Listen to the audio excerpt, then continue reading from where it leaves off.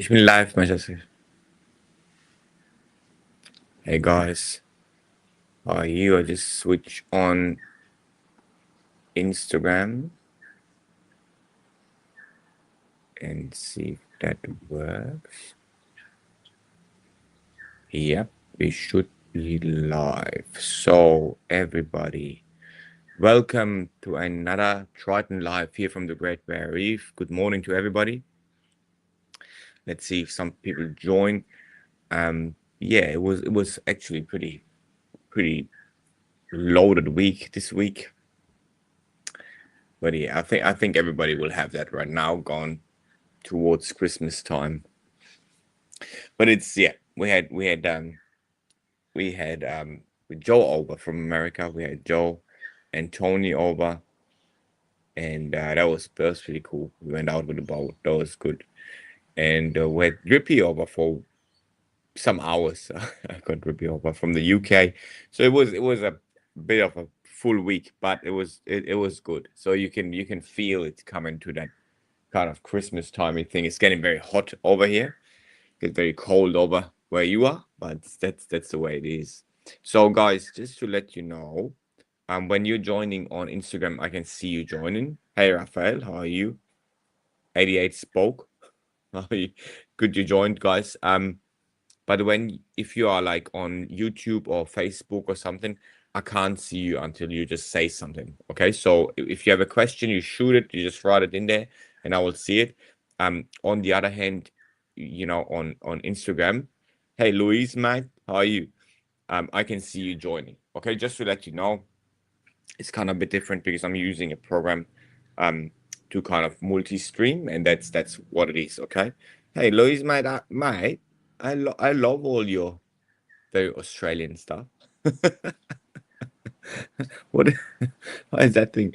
Oh, here you go. So, um, there's box of water. Where's Drippy and Dr. Rob? Hi from the UK. Hey, yeah, I saw them. I saw them yesterday. No, 2 days ago. Right? I saw them on no Friday. I saw them. Yeah, 2 days ago. So they're off to a PNG now, man. They went to so they came here. It was planned, I think. Drippy always called me and stuff and asking for all the reefs and things. It was planned they come here and stay here for a while, but then then they just thought, oh, if we're around here, like they just go jump from one dive destination to the other.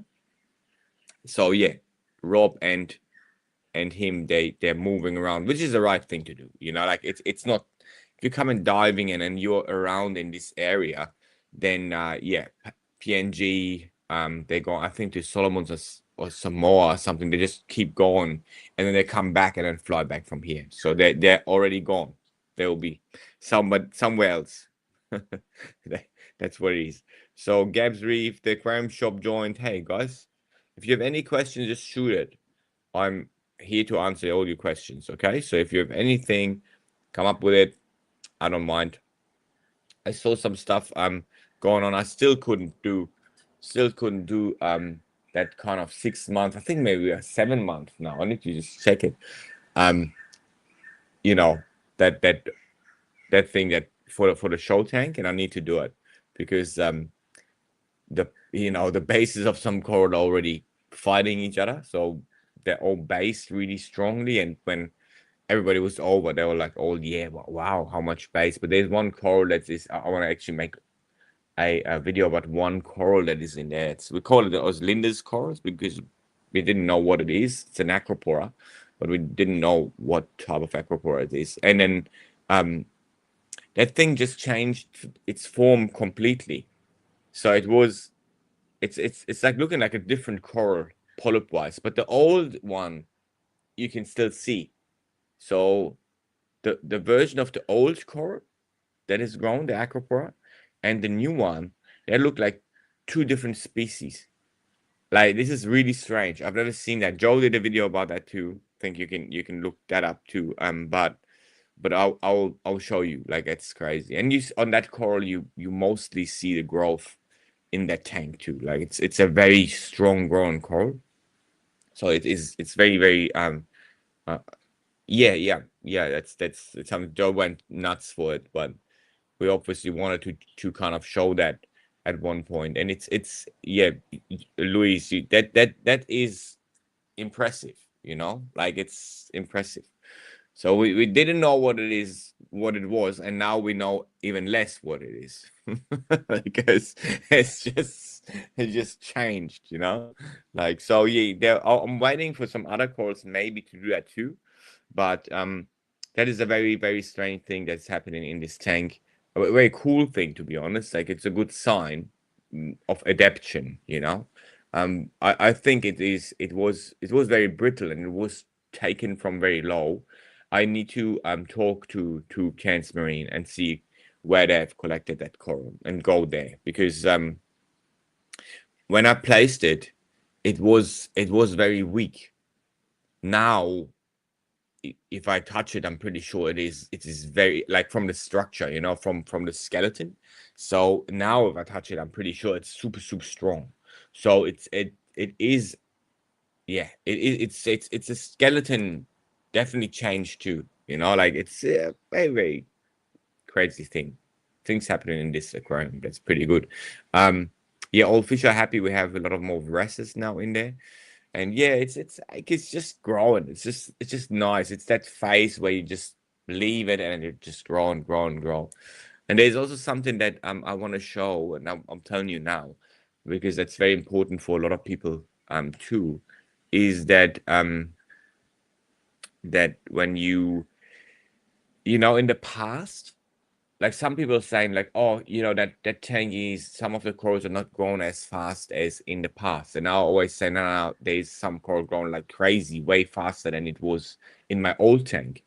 And that is because when when in the past, when I got coral, normally you got like whole colonies of coral. Like, you would get a like a table coral that looks like a table coral. Let's say like an acropora that is already having that shape, and just little, but have that finished shape. So you would cut the coral on the rock.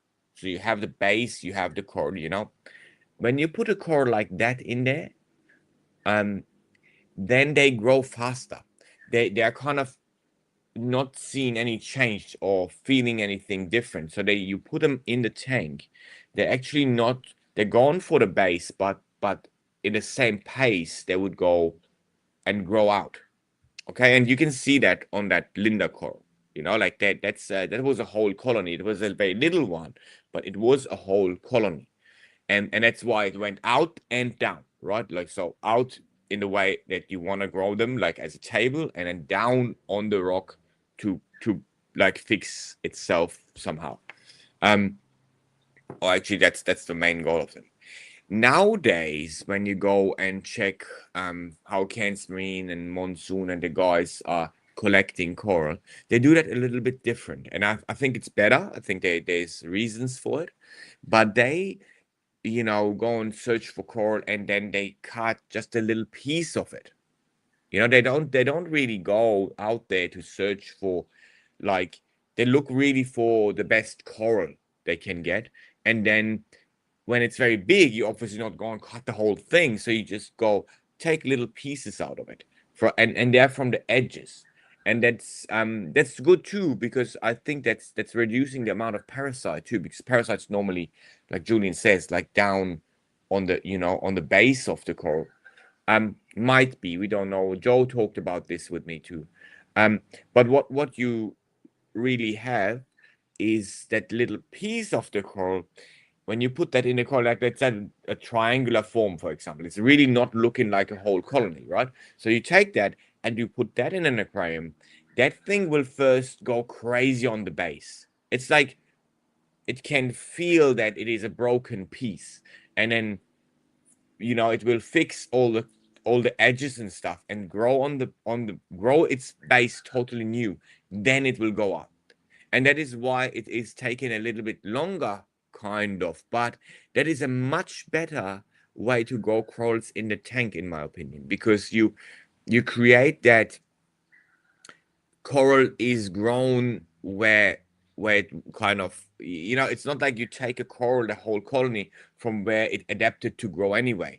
You take it and then adapt it to your tank. That's like a frag, a bit bigger frag. That's a really good way of doing it, you know, and it takes a bit longer. And that's the same with frags. So just to let you know that I really strongly believe that that is the case, and you can see that in that different types of coral we have um on in our aquarium. So that's pretty cool. So you have the ones that got crazy on the base and slower grow on the top, even they are fast growing ones, and you have the ones that are right away shooting up, you know, and that's pretty much what it is. It's pretty good. So when you look at your tank, always have that in mind, okay?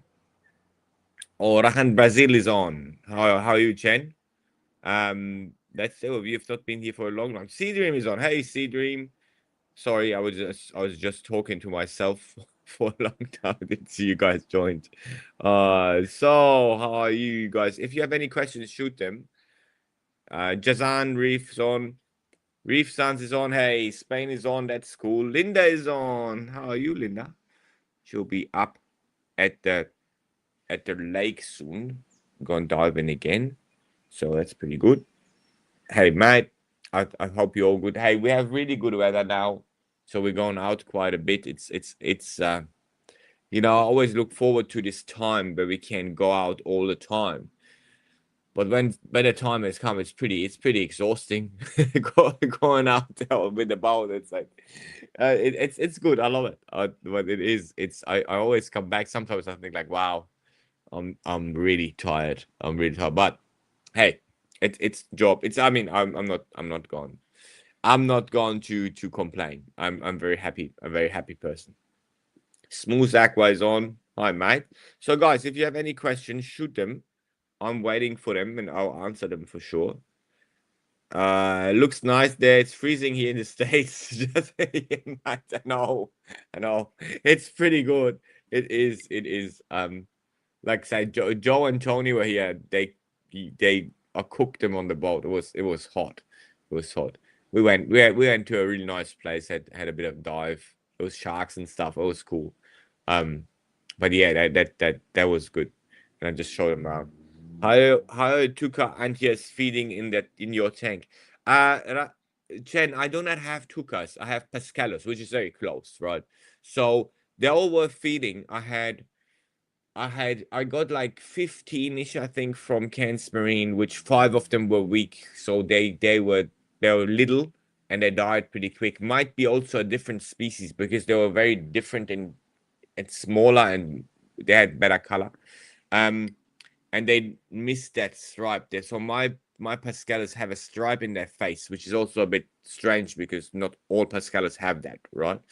Um, and then I saw we lost kind of 5 of them. I tried. They were eating live food, so I always feed live food first.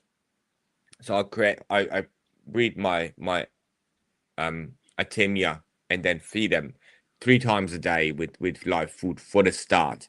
And then they were all eating. They were not looking bad, but then on one point you saw the little ones really go too tiny, and we lost them.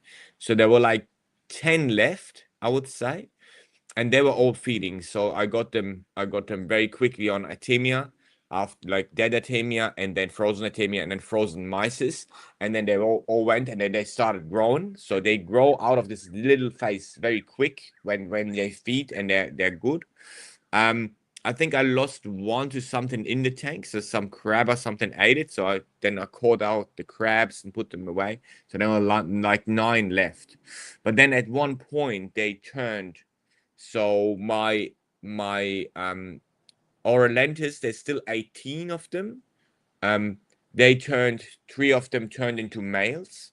So then they dominated the tank areas. So there's one male sitting in the main reef, one male is sitting in the bommies, and then the females are right around this 2 or 3. One male is kind of roaming around all the time, in the main reef too. And then also the my Pascalis went 1 or 2 males, right? Like they're not turned already, like they still, but you can see the tip of the nose, and like you can see that the females get dominant and which one will get a male. And then they started to kill each other. So they grow really big. Pascalis will grow like to, I saw a Pascalis be nearly 15 centimeters, something like they're gonna big, right? And I think you need more space for them when you even feed them that good, like especially when they get very strong. And then you kind of saw them kind of spreading out, but they didn't go into the reef. That my Pascalis and Tuca will not do the same thing. They will not go into the reef. They're actually swimming outside very often, permanently, actually. Like they go in, come out, and they started to do the dancing a little bit and stuff, and then they started to too less space. So right now there's just a group of 3 left, and they're happy in there. But I don't think, I hope it will stay 3. But the big ones, there are always 2 of them. So yeah, it's hard, but it's the way it is.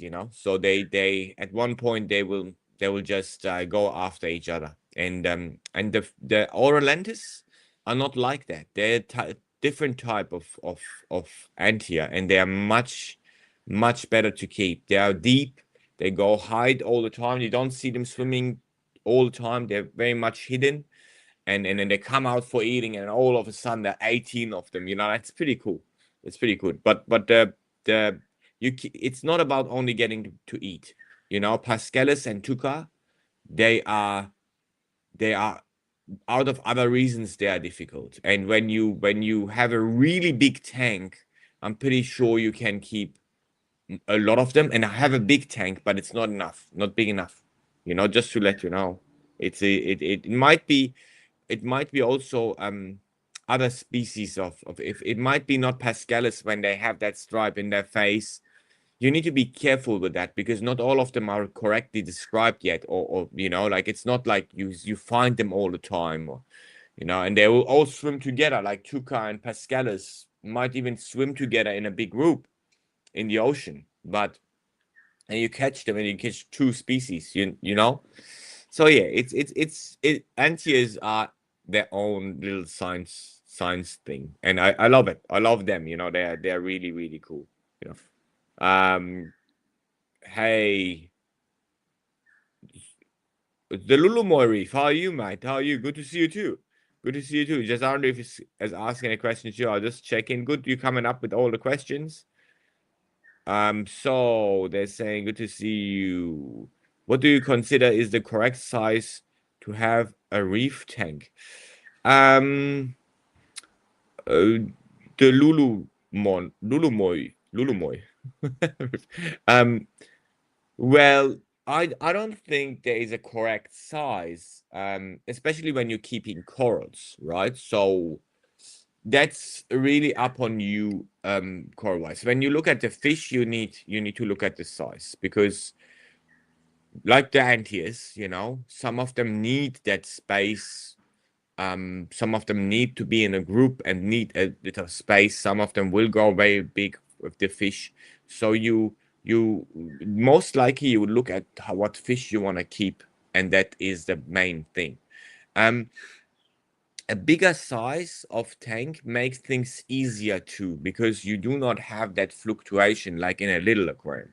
So smaller aquariums, saltwater, are more difficult because they fluctuate faster. So when, for example, you're in a hot place like we live here, in Cairns, then when it's getting hot, that tank that is having just a little bit of water will be much faster, much hotter, right? It just changed temperature very quick, because in one day you'll change the temperature in there 2, 3, 4 degrees. But if you have a bigger tank, that water need to have time to heat up. It will take longer to reach a peak. So you possibly run into the night, then it cools down again. Then you know what I mean? Like, it might take a week to reach dangerous amounts of heat. That is something you need to consider with every tank. So a bit of a bigger aquarium is better, especially from a lot of things, like even chemistry is more stable. It's just more expensive light wise and energy wise, but it is over long run. I think, having a tank that is a 500 liter, so that's like, or maybe like over 100-gallon tanks, the 250 gallon, 1,000-liter tanks, that is like a good sweet spot to me. You know, it will keep you in the hobby for longer. You'll be happier because you don't need to grow that tank all the time. It'll take a bit longer to grow everything like nicely, but you have space for a lot of coral. Yeah, look at it this way. Like there's not an optimum size. Obviously, you need to match your house, your where you put it. You know, it need to be quiet. And there's so many little things that I look at my aquariums. I mean, but I'm doing it since I'm 12 years old. And I can help you with it if you want. But this is like the things I'm I always think of. You know, when it comes to the size of the tank. So because I have my reef tank like 40 gallons, that's fine. That's fine. You know, like I'm saying, it's a lot of things you need to look at. But there is no optimum size, you know. Thanks for sharing. Not easy to keep for long term, and any info is great. Yeah, look, it's not Jan, keeping Tuca and Pascalis is not only about feeding. That is just one step. It's very much about the fish themselves. They can get very aggressive towards each other. That's a given thing, and I said that before. You know, antias are very aggressive fish, right? So especially things like, you know, ventralis. You know, oh yeah, they're looking beautiful and nice, but they're very aggressive. They don't like other antias, you know. Like they are very specialized in food too. They don't want anything else to eat their food. You know, so you need to understand that. So you're running a tank, they don't eat their food they like, and they'll be very angry if other fish are around to eat their food. You know, so just to make sure that's not the only thing with antis to go for, right? To look at when it's coming to keeping them. Um, yeah, the Lulu Moy Reef, that's absolutely fine, right? So I'll check. Oh, there's more questions. So Jazan Reef is, I'm contemplating on adding a school of fish to my aquapora established tank full of tanks. What do you suggest? I would suggest, like, if you want to go Antia, now it is established, that's going to be difficult if you do not go for live food. So if you go like me and you like Antias, we were talking about Antias today a lot, but then you in an established tank, that is a dangerous situation because you will feed a lot more. You will change the parameters in your tank. You know, you feed a lot. So I wouldn't maybe go that way. If you do not get maybe antis that are already feeding on food, on like dead food. When you have them eating, then it's not a problem. And 2 times a day feeding, it's absolutely fine. Like my tank, it's absolutely perfect. No issue at all. Like there's no live food needed anymore. They go hunt everything down. It's their normal fish, right? But in that time, you will stress out your coral. They'll get brown. They'll, you know, you have passive problems like algae grown. So I wouldn't go for the hardest ones. Look, the oral lentis that I have, they are not too bad. Even when you start it. They get fed at Cairns Marine. That you only can get them from Cairns Marine. It's a very rare fish and it's very expensive, right? So I would think in the States you possibly pay $400 for one, right? At least I would say. Um, but I don't know. Like you need to check that with your LFS. But yeah, like I say, it's a bit of So yeah, if you go Antias, you can do others like little swarming fish, but you know, I do not like the chromies kind of species because they will be very happy. They start laying eggs everywhere, and then they get very protective about the eggs. And when my chromies um started laying eggs in my beautiful monkeys, and they're like really big Monty plates all over. Yeah, like looking like in the ocean. I have a picture. I can't show it to you now, but it's what a beautiful coral. Really one of my favorites. And they started going in there and laying eggs inside because when they lay the eggs on the glass, somebody would come and clean the glass, and they got crazy. So they went into the coral and lay them inside, and then the male would just sit there and protect it from the rest. And then that area got not cleaned up from my rest, and that coral got parasites, like there's a little snail, and I lost the whole coral. That's because of my chromies. So I don't know. I would go maybe antias, but maybe not the hard ones. Like, and if you go antias, you will not most likely not be able to add another type of antia. It's difficult. Bicolor antias also not bad. I like them too. And maybe I try to have 3 types of antias in my tank and add some bicolors. I'm not sure yet though, because I need to restart all the food things, the live food and stuff. But maybe I'll have a look. But look at bicolor antias, scummy peonies if you want. They're easier, very easy, but very aggressive. So you will choose one and then go with that, my friend. That's but we can talk about it. I'll think about it maybe next week. I can tell you more. I need to think about it a little bit. I'm not having everything in my head right away. Let's see. So, Sea Dream is. I can see your question, mate. I'll come to you. Let me just jump on. Hey, Pax Bellum, how are you, bro? I've not seen you for a while. So let me check. Mina, I have a few questions today. That's all. That's good.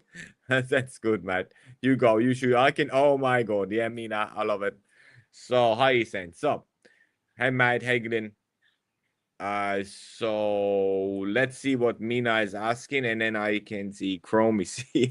Yeah, I told you the Chromie story, isn't it? So now I'm gone. So in the Triton refugium, do you clean the algae on the glass or let it grow? So I do not clean it. I let it grow, but I'll let it grow and then I'll harvest it like I normally harvest if they grow too big. But there's a lot of little critters. They love that glass ones. So if you have a video where I videoed it, and I can show you again, like there is a video online. I think might be just I'll make a little video about it, where I explain it. But you can see them. So on the other side of the glass, you can see all the little critters like living and eating and getting babies and stuff. That's really good. So that is, I'm not cleaning that glass. No, not often. I clean like a little section sometimes just to look inside, because you want to see what's happening there sometimes. You don't want to have a buildup of mud or something in there. So you kind of need to know what's happening in there. But I'm not cleaning it all over and make it a clean sump. My sumps I like my sumps wild. That's why I like them. And at one point, they'll be all over coralline algae grown on it. So right now, my sump is fully covered in coralline, and then I'll scratch it off, and it will take like a month, and it will be covered again. So that is not really needed. So you can clean up the coralline if you want, but otherwise I'll not cleaning it. Also for the refugium, I noticed some cause 7 precipitation due to the low surface agitation in the refugium. What are your thoughts on adding a small pump to help with water circulation in the refugium? I do that. That is something we actually recommend, Mina. We put a pump in there if there's not enough movement. It's much better for the algae too. And then you don't have that precipitation. You shouldn't have it. Like, that's just a waste. So whatever you do against that is correct and not a big problem. It doesn't need to be only the flow from your circulation pump. It can be. In my old sump, I had 2 pumps. In my new sump, I have one big one, just pumping that thing and just gone. So there's movement in there. It's an own aquarium, so you can do whatever you want to that aquarium. It's like your own. It's like your algae display. It's a sump, but it is an aquarium. So you can treat it like that, if you want. So the topic of RODI, I've noticed many companies separate the anion and cation resins in the DI stage. While the TRITON DI product is mixed What is the difference in your opinion? There's not too much difference from the outcome. The separated ones, they are, they have one thing that you can have them with an indicator. You don't have that in our case. I don't like the indicators, but they indicate when that DI is used up. That is the only one reason why I would possibly go not mixed, right?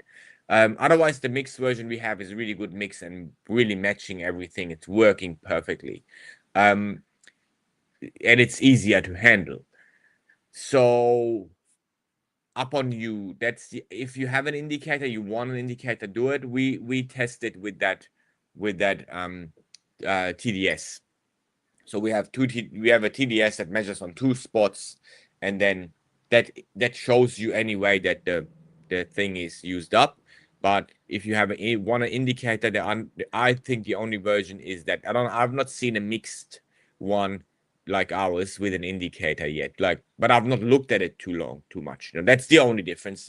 Every outcome is the same, so that's all fine. It's the same thing. So also on the resins, how important is the DI stage? TDS is very low at before the DI, so I'm not sure how much of a difference it really makes. It makes a big difference because of silicates. Mina, silicates do not have a strong they will not cause a strong reaction on your TDS. They're not having that electron, like, they don't, that's not just working that well for silicates. So, and they're the first thing that actually goes off your. So what happens is, this is not a filter, it's a resin. So the resin um will collect all the ions in the water and attach to the resin. But then when they're used up, the resin is used up. It will we call it eluent. So it will run, that liquid that runs over it will force the stronger ions to bind with the already bound kind of place and release the weaker ones. So the weakest one is silicate. That means that when you have used up your resin and you don't see that, right? Then all of a sudden, all the silicate will come out. Or because then, let's say, calcium will come and release it, and then it will release all of it really really together. So then that's a bad thing, because you don't want that. So mainly, this is all what you do is mainly is silicate. Silicate is what you want to, not have in that water that you produce, the RODI. And what we do is, therefore, we have the guard, and that's a very industrial thing. So you have another filter, the second kind of DI filter, and that is the guard filter. It will catch all the silicate that is gone through, because you're not measuring it on the TDS. So that is something you need to know. You still are better off having that type of filtration on every system, because the silicates are not detectable for your TDS, and that is an important one. Okay, and it is always still important to have two of them. I'll tell you, it's always important, because you need a guard one, yeah, whatever you want to call them, uh, columns, right? So you have a guard column and you have the main column. And then when you used up your main column, you read the TDS. That's when CO2 is coming out, and then you can turn them around. So then you get this one new fill, and that will be your guard, and your guard is still not used up, and you can use that up as the main one. That's the way I do it. Lindy. Yeah, I'll go for all of them. Just I need to explain some stuff. Have a good dive, Linda. So, okay, Mina, I'll run through your question. Now I'm going on Instagram again. Instagram, here you go. And I'll see your questions okay. So, Sea Dream, regarding the dosage recommendations for ICP, can I mix all the most important dosage as well as the secondary dosage into single bottle and then dose weekly. If you go for the, we have a mix calculator online for a long time now. Dream, go on the calculators and look at that mixing calculator, and then you can use that to mix everything that goes into one bottle. But you can't dose everything, put it in one bottle. That's not possible. Like fluoride can't go in there right now. Okay, so we're working on that for the subscription. Then I will update the calculator, and you might need 2 bottles then. But otherwise, yes, it is possible. Okay, so Pax Bellum is, yeah, I might, really really long time. So Sasara Bueno, hey mate, how are you? Barrier Reef, here go. And Coral Compulsion. How are you, mate? Good. I'm coming to you too. Okay, so let's check out. Hello. One question. According to your mix, all trace elements can be mixed. Have you seen any problems mixing metals with, for example, fluorine and iodine? Yeah. No, iodine is all right in a lot of cases. But fluoride one won't work, so we don't do that. And like I say, Boyer, if you look at our calculator online, and it will tell you that's all fine. They will work. It's also about how much dilution you have, how much water, and how long you want to keep that thing in solution. Because over time they can react too. They also over time can react with the air. They can do that too. So you need to know what you're doing. But in the case of the calculator, it works really well for a lot of people. So you can go there, do that, and it's fine. And like I'm saying, I'm moving on to update that calculator for you guys that do not have the subscription in the country, which is every country except America, to then make you able to mix your own mix bottles anyway, and in the way we have it in the subscription. But yeah, we're also working on getting the subscription to you guys. So if you have any questions to that, yes, but you can't mix all of it. You be careful with that, right? So, do you know of a way to remove CO2 from the well water before going to your resin? Because we know that CO2 burns up your annual resin. Yet it will, but I don't know if there's a better way to do it. You can aerate it. You could take your well water and aerate it. Yeah, pump in air, and maybe reduce the CO2 a little bit. But it shouldn't be that much CO2. In CO2 solubility in water is not super high. So if you wanna, yeah, maybe check that water once. Maybe there's other stuff in there like potassium or calcium. Potassium you might find in well water too a bit. But it's the easiest way really is, if you want to have clean water, the easiest way is the resin. Like, I mean, it might be even the cheapest way too. So a lot of big industries, chemical industry, I know massive, plants like the size of little towns. They use resins to clean up the water before they produce pharmaceuticals. So I lived next to a really big, like, pharmaceutical producer.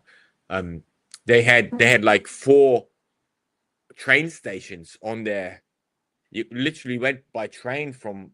It was big, like, so, and they're really big. That I went there, they had like really, really, really big resin things just to clean up their water. It's just the easiest way, man.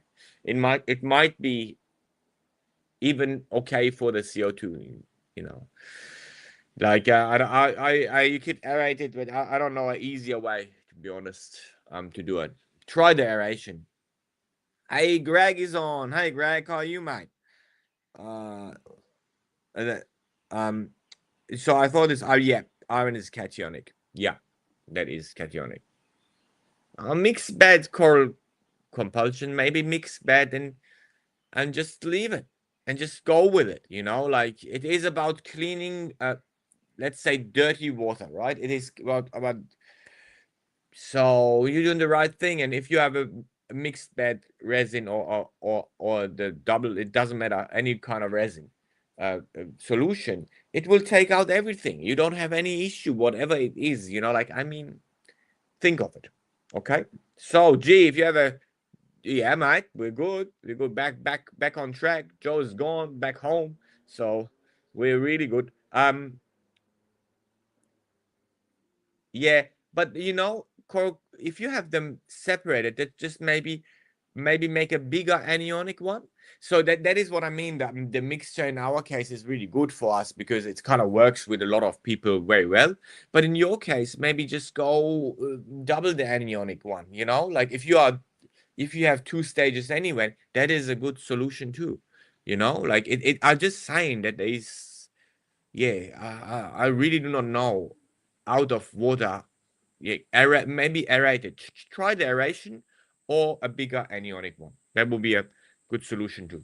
Diver Kevin is on. Here you go, Diver Kevin. Not seen you for a while.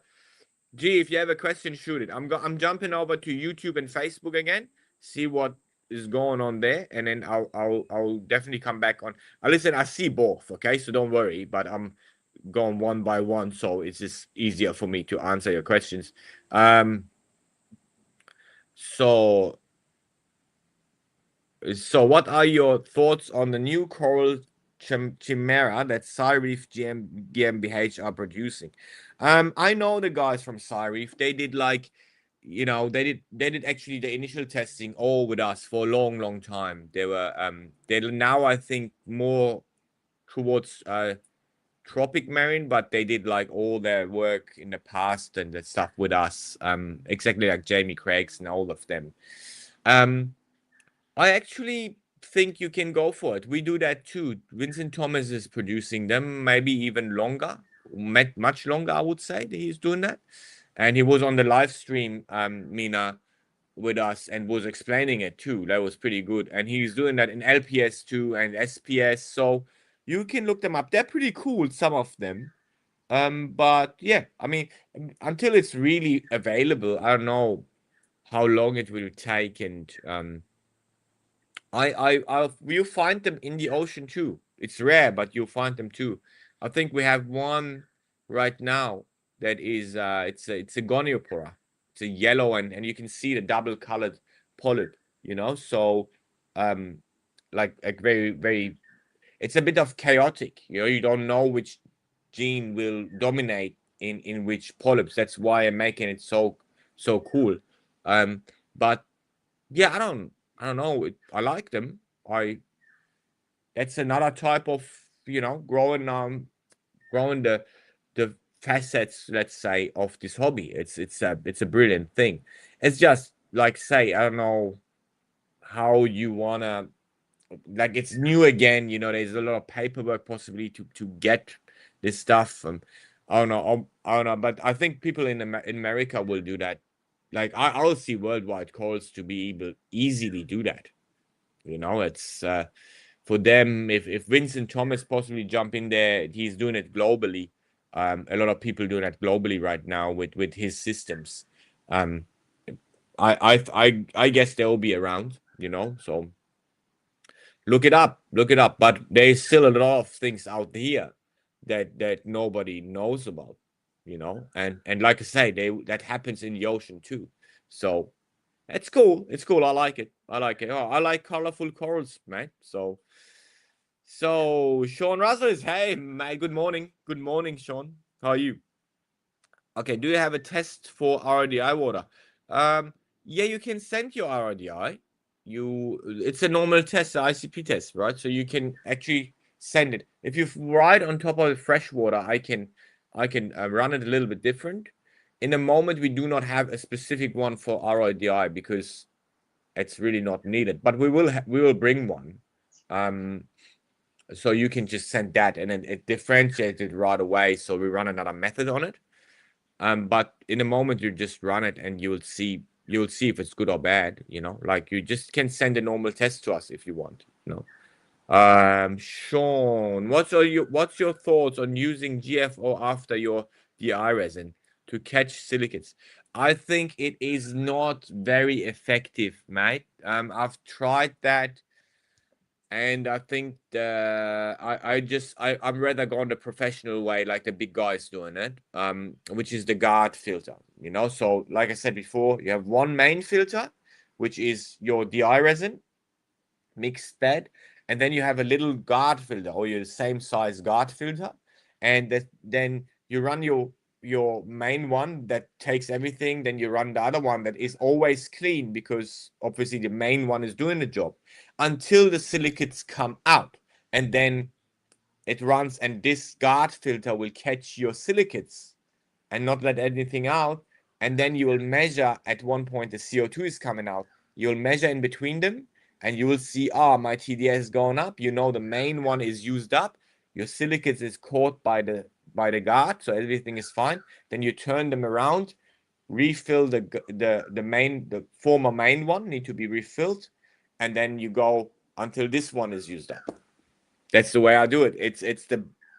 In my opinion, it's the best and most sustainable way. You use your whole filtration thing up, everything perfectly, and you go again. That's the way it works. So if you do not understand it, I possibly make a little video about it. I think I need to make you guys understand it better. That's a very, very specific, very professional way of doing it. I do that for a long, long time, even longer than I have TRITON or our own TRITON. So okay, my wife is upset after you told me I had to have live rock. I thought I bought 40 kilos this week. I blame you, saying, yeah, man. Damn it. It's all right. It's good you not collected it. Listen, you come, your wife is very welcome. Okay, I'll take her out on the boat with you, and you will have a great time. And then she will not be angry with you anymore. I'll take it. Okay, I'll take it. Yeah, man, I'm good with that. Okay, yes, I use 4 in a row, but it's still I'm still concerned. Silicates are making it through. No, they won't, bro. If you have a guard filter, they won't. The guard filter will take all of them. It won't happen, and you should be fine. I don't believe that. Okay, and you can, if you want, you can send that water, and you will see. But that's the way it works. Okay. Yeah, right. Damn it! Don't make me laugh, man. I need tea. I need tea now. MB 115 resin. Yeah, yeah. Go MB. That's all right. Mixed bed. That's all right. You can use that. I think ours is more, and it's a Resinex type. It's more MB 400 or something, but it doesn't really matter, mate. If you get your silicates out, Russ, Sean. That's fine. Yeah. Keep it, mate. Keep it. You live in a beautiful place anyway. You possibly have your own boat, but I will go fishing with you guys. So what do we have here? Okay. Diver Kevin is saying, I want to be on the boat as well. Yeah, man, you just need to come here. You just need to come here. The boat is sitting there waiting for people to jump on. But we're not going to catch any frogfish or something like. I'm telling you, Diver Kevin, that's not what's going to happen. So you come here. We're not going for that. Okay. Vic Harris is on. Hey, mate. So Bryce Martin is on too. So if you give me more questions, guys, give me more questions. Coral Compulsion, does TRITON sponsor tanks? Yeah, we do. We do from time to time. It depends, something that is belonging to our marketing thing that I'm not running the marketing. I have a marketing person that is doing that. I'm the CEO. I'm deciding things, but marketing is always looking for people that doing the things. I don't like marketing, right? So let's say that. And that you can't run a global company without marketing, bro. So it's just not going to work. That's what my let's say my marketing officer always go crazy on me, because he has a hard time with me. What we do is we want real things. So we're not we're not just sponsoring. So we want people to educate. We want people to, you know, if we do that, we do it the right way. So yeah, but we do stuff like that, definitely. Like every other company would do too. Never mind that. Diver Kevin. All right, we go, and I'll show you frogfish. I'll show you frogfish in the natural habitat. Super boring, but I will show you. Come over next time when you're in Japan. Just jump in the plane. Come over here. It's just like, I don't know, 4 6 hours flight or something. It's not far away. All right. So you're not liking marketing is an understatement, Greg. Yeah, it is. Yeah, it is. It is. It's because it's okay. It's because the way when I started Triton, um, I did it because of all the bad marketing around there. You know, like it was like, oh look, you know, this bottle it will make your corals blue, and this bottle will make your corals red, and there was like companies that still exist, and I still blame them for it, you know, but they're still selling stuff. Nowadays they do ICP testing. What a wonder! But you know, in the past they were selling all this stuff, and then said like, oh, I hate it. I just hate it. And that was why we didn't do like advertising even for a long time, just because I couldn't take it. I didn't want to be one of them. You know, I did my company for another reason.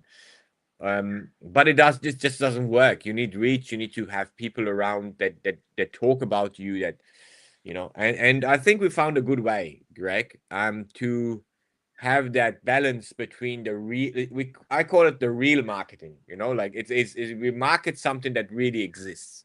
You know, we do real science, so we have a boat, we talk about it. That is good marketing. And there is marketing that is promising you everything in one bottle, everything like that you can reach, every color of for coral in one bottle. That is not the style we do, you know. That's what I do not like. And I also do not like I've put in 2 drops of Triton, and then the next day my corals are funny looking awesome. You know, I don't believe that, right? It's taking time things. So again, it's the way it is. You know, you know me, Greg, you know me. Can I share you my worldwide coral tank tour? Yeah, yeah. Well, you can. What does that mean? Do you wanna you? Well, is that a video or something? You just send it over, Coral Compulsion. That's fine. So no reef, no life join. Yeah, that's the best name ever. That's the best name ever. Uh, you only need to to do the basics well to be successful. Yeah, well, it depends on what you keep in mind. Um, but yes, it is. I agree with basics, but the definition of basics is where you can make a lot of people successful. That's my goal. My, you know, people think always like so. My goal for my company is as many people successful as possible. That is Triton's main goal. You know, and therefore you need to understand what people are doing, and not in a single way, not single by single. You need to create something that works for all of them without you being even talking to them. And that is the Triton method. That's why we created the Triton method. But that's a whole different story. And I think we'll overrun this life if I start that. But there will be I'm working on a video, kind of a longer video series explaining what I'm saying. What I mean with this, right? So again, saying I bought live rock from Aquarium Connection. It's Indonesian rock. Yep, perfect. It's all right. Doesn't matter. Live rock's live rock.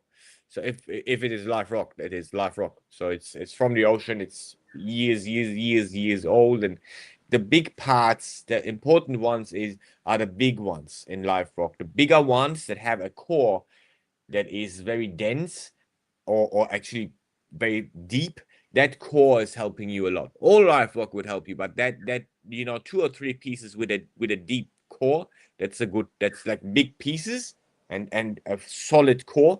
That's good too. That's really, really good for live rock. I like that live rock. I like that. So if you drill it, actually black stuff is coming out. There's a lot of anaerobic bacteria living inside that rock. So that's really good. So Aquakiller is laughing. I don't know why you're laughing, mate. No, why you're laughing? Why are you laughing, Louise? Why? Just because I don't like marketing. So how do I send you a link? Oh, you want to share it here? I don't know if that works because I'm on that StreamYard thing, right? Um, maybe just send it. Look, send it via email to us. And then I possibly can put it in the next one if you want to show anybody. What do you think, Call Compulsion? It won't work like that because if you send me a link, I can't put it in here. Like I need to have it beforehand, or maybe is it? I think it's a video or something you want to show, right? That's fine. Let's just do this next week Sunday, and you send it to me via email to or you do you have my private, just go private, find me on Instagram and send that link to me via Instagram, okay, and I'll sort it out.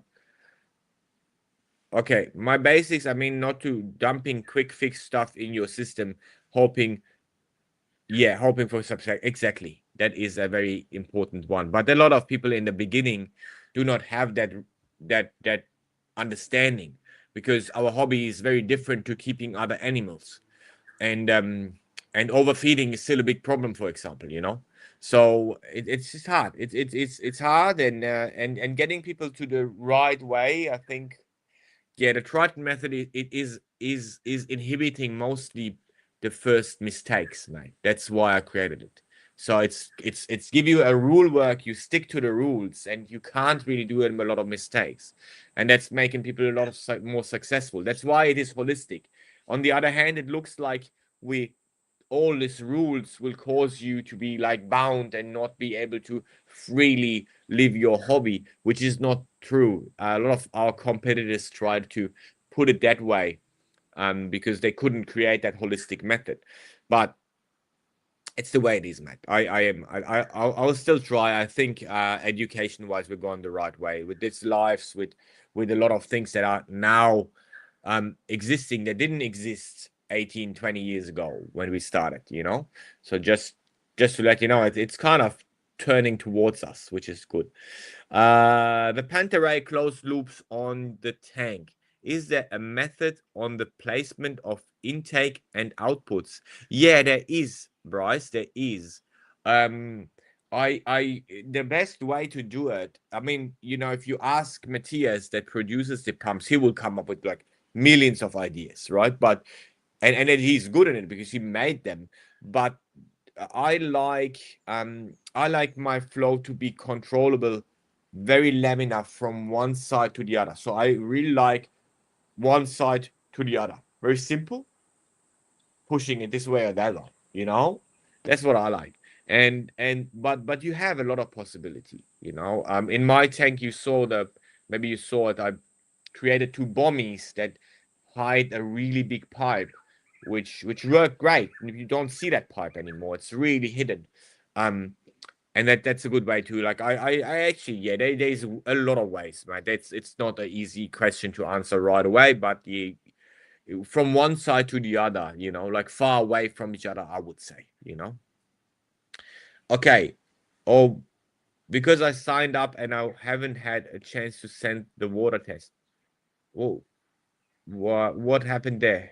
Louise at sea. Louise at sea. What you've sent? Hi, Louise at sea. You just joined and you said 0 because I signed up. What is that? What? What? Louise, can you help me? I don't know what you're talking about. So you have signed up for the subscription, I guess, and you haven't had a chance to send in the water test. Well, that's fine, but I hope I can help you from the show. It's still from the show, Louise. Oh my God, mate, you need to yeah, contact the hello at Triton, guys. Contact Julian right away, mate. Get you going. Been on the road in Los Angeles. All right, Louis. That's yeah. That's a bit strange. But hey, listen. We'll sort you out. Just send that email. We'll sort. Don't worry about it. Just sort. I will help you. Okay. Hi, Zan. How can I naturally keep my pH over 8? Which pH meter would you recommend? I like measuring pH with the droplet tests. They are not very precise, but they're still kind of working good. And if you want to keep it normally, though, they should be over 8. Like below 8 is really when you're using a calcium reactor or baling. Then it drops a little bit below 8, like 7.9, 7.8.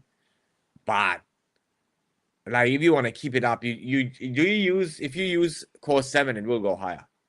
Core 7 is pushing it up. That's a definite turbo reef. So if you're not using core 7, just switch to core 7 and push it up. That's the easiest way in a moment. Okay. If you want to. If not, there's other ways, but you pay more. It's more expensive. So cheapest way to keep it steadily up, like 8.2, 8.3, is core 7. I created it for that. For some fish, it's really good. For antias, it's really good to keep it higher. So look at it. And if you need more and you don't want to use core 7, let me know now, and I'll dive a little bit deeper into it. Okay. You're laughing. Okay, yeah. Luis, man, I mean, how long is that? Like, that's like, I don't know, like more than 6 months ago, isn't it? Like 8 months ago? We have not sent even your testing. All right. So I do use Core 7 Flex for over 2 years, nothing else. Okay, nah, that's fine. So it is very rare that your pH would be under 8, that you're measuring it with a probe, I guess. So if you're using a probe, calibrate it. Make sure you buy new calibration solutions, fresh ones, and then test it again. And also buy yourself a liquid test and check that against it. It might be it's just probe. We have that so often with pH. It's like everywhere. It's like, I think Louise said it. Louise, are you still there? I think Louise said it. Like so many people have it. Okay, just check it. Recheck your measurement. That's the first thing I would do. Okay, just go really your measurement. Okay. Let's see if there's any other question on the other side. I don't see anything. And now it's still I don't see any other questions right now, guys. So if you have anything else, shoot them now. Just checking if I've forgotten anything. No, Sea Dreamer got his, and then he went to sleep. Yeah, that's all right. No, I don't see too many other questions, guys. If you have any other questions, shoot them now. Otherwise, I will start. We are already in an hour in, so if you have any questions, Dieter Gramso joined. Hi, Dieter. How are you? The man himself was talking about marketing, Dieter. Chris Viola. Hey, Bart, how are you doing? Swinging by to say hello. I just sent you out an ICP today. Thank you, Chris. Everything's fine, mate. It's hot. It's getting hot. It's a lot of getting out with the boat, doing some science work, but get the family out too. It's a lot of boating right now, which is good, but exhausting. I said that before. It's getting you tired. All good, Chris. All good. Nah, I just had a great life. I don't know if there's anybody else coming up having any other question. Yeah, Turbo Reef, mate, you do that. And you check it, and next week we can talk about it. I'm pretty sure it's your measurement. Okay, just to let me know. Yeah, mate, all good in Australia. I love it. Looking forward to Christmas, hot Christmas. I'm not sure if Louise is still there. I don't think so. Linda will make me a horchata ice cake. That's what I'm looking forward to Christmas. And it will be the shape of a star.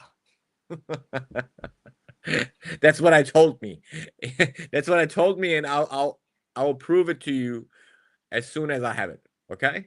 So guys, I think I'll wrap this up. Oh yeah, here you go, Luis. So you hear what I said? You hear what I said, right? A star-shaped horchata ice cake because it's so hot here. And it's not only for me, but I will eat at least half of it. At least half of it. I will die eating that cake, guys. And then you can't tease me anymore. It doesn't matter if you go anywhere and find horchata ice cream or horchata coffee or you can't. As soon as I get this thing, I'll be free.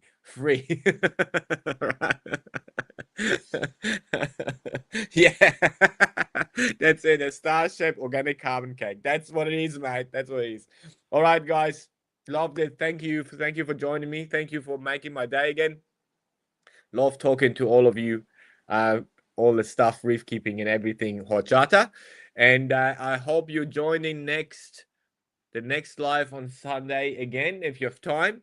And I guess you have, and I will have definitely time. And I hope I'm on the boat, possibly show you some stuff. And yeah, otherwise, I'll really try this week to get you the video of the tank because it's cool. It's cool. Okay, so stay tuned, and yeah, have a great weekend, guys. Take care, everybody. See ya.